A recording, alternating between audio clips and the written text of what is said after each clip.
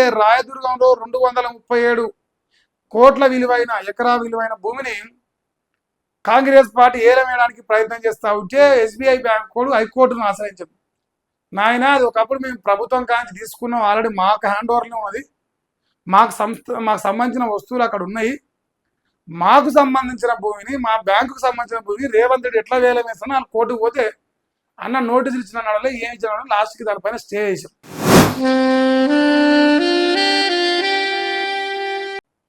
జర్నలిజానికి వన్నె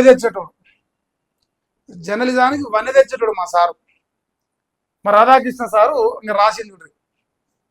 విత్డ్రాలకు వేలైందట. ఎస్బీఐలో లావాదేవీల నిలిపివేత దిశగా సర్కారు అడుగులేస్తున్నది. బ్లాక్ మెయిల్ అంటారు, ఇంతసేపు అన్న మాట్లాడు కదా, ఈ బ్లాక్ మెయిల్ సంగతి చూసుకోరు.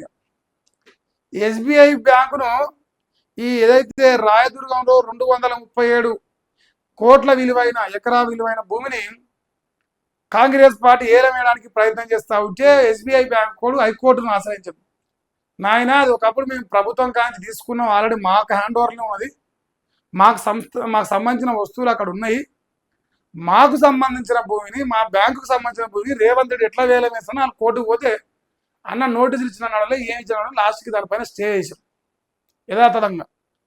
ఇప్పుడు ఆ బ్యాంకుల మీద పగ వచ్చింది రేవంత్ రెడ్డి. పగబట్టి బ్యాంకు వాళ్ళని బ్లాక్మెయిల్ చేస్తూ 80-85% ట్రాన్సాక్షన్స్ ఎస్బీఐ ద్వారా ఏ ప్రభుత్వం అయినా చేస్తూ ఉండదు దేశంలో. ఆ ట్రాన్సాక్షన్స్ అన్ని ప్రైవేటు బ్యాంకులకు బదిలీ చేసి బ్లాక్మెయిల్ చేస్తుంది. అంటే బ్యాంకులతో కయ్యం పెట్టుకుంటుండు ఇప్పుడు. ఎందుకంటే నా భూమి అమ్ముకోనియలే, మన అయ్యే జాగిరాయి అమ్ముకోనియలని వాళ్ళ మీద పగబట్టి ఇప్పుడు నడిపిస్తాను. రేపు ఎస్బీఐ బ్యాంక్ కూడా హట్ అయితే రేవంత్ రెడ్డికి నష్టం సున్నా, కాంగ్రెస్ పార్టీకి నష్టం సున్నా, ఎవరికైనా నష్టము తెలంగాణ రాష్ట్ర ప్రజలకు నష్టం. రేపు రైతులు లోన్ల కోసం బ్యాంకుల కాడికి పోతారు, ప్రభుత్వం మాకు సహకరిస్తలేదు, మమ్మల్ని దేక్తలేదు, మేమెందుకు ఇస్తాం లోన్ అంటే రాడు. దేశంలో అతిపెద్ద బ్యాంకు కదా. సో ఇప్పుడు ఈయన పంతానికి పోయి రైతుల్ని ప్రజలను ఆగం చెప్తాడు. ఇక ఎస్బీఐలో లావాదేవీల నిలిపివేత దిశగా సర్కారు అడుగులు వేస్తున్నది. కేంద్రం నుంచి వచ్చిన నిధులు కూడా విత్డ్రా చేసుకుంటున్నది. ప్రస్తుతం 5-6 వేల కోట్లు ఉన్నట్టు అంచనా వేస్తున్నారు. కార్పొరేషన్ల ఫిక్స్డ్ డిపాజిట్లు సైతం వెనక్కి తీసుకుంటారు.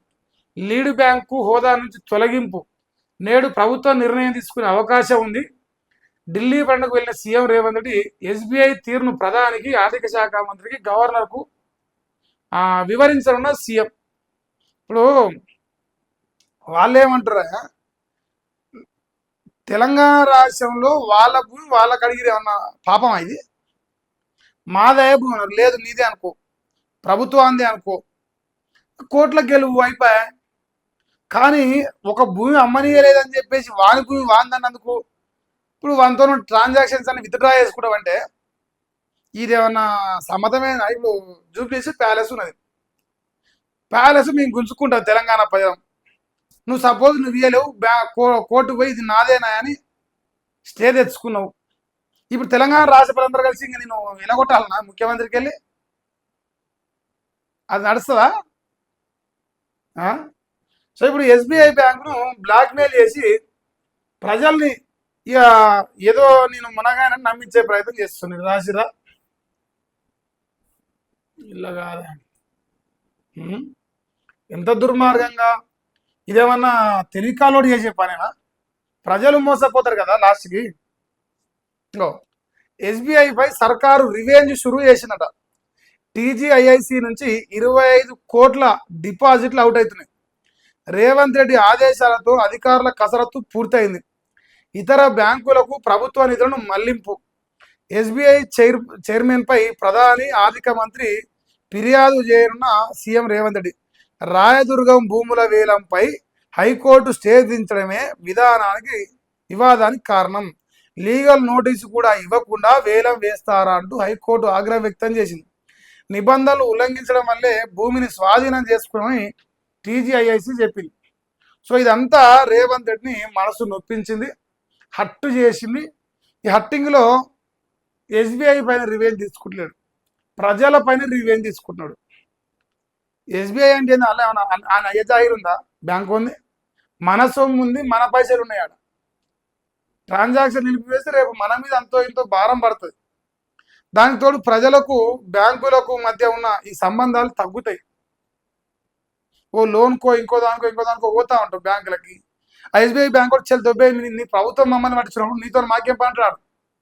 మనకి ఇది ఒకటే రాష్ట్రం ఉందా బ్యాంకు? దేశం మొత్తం ఉన్నాను బ్యాంకు. ఇది తెలివి కళ్ళ పైన తెలివి తక్కువ పైన మరి మీరు చెప్పురే. సో ఇట్లా రేవంత్ రెడ్డి ఈ మెట్రో ఫేజ్ 1 ఫేజ్ 2 విషయంలో కావచ్చు, ఈ ఎస్బీఐ బ్యాంకు విషయంలో కావచ్చు, ఈయనట ఢిల్లీకి పోయినట.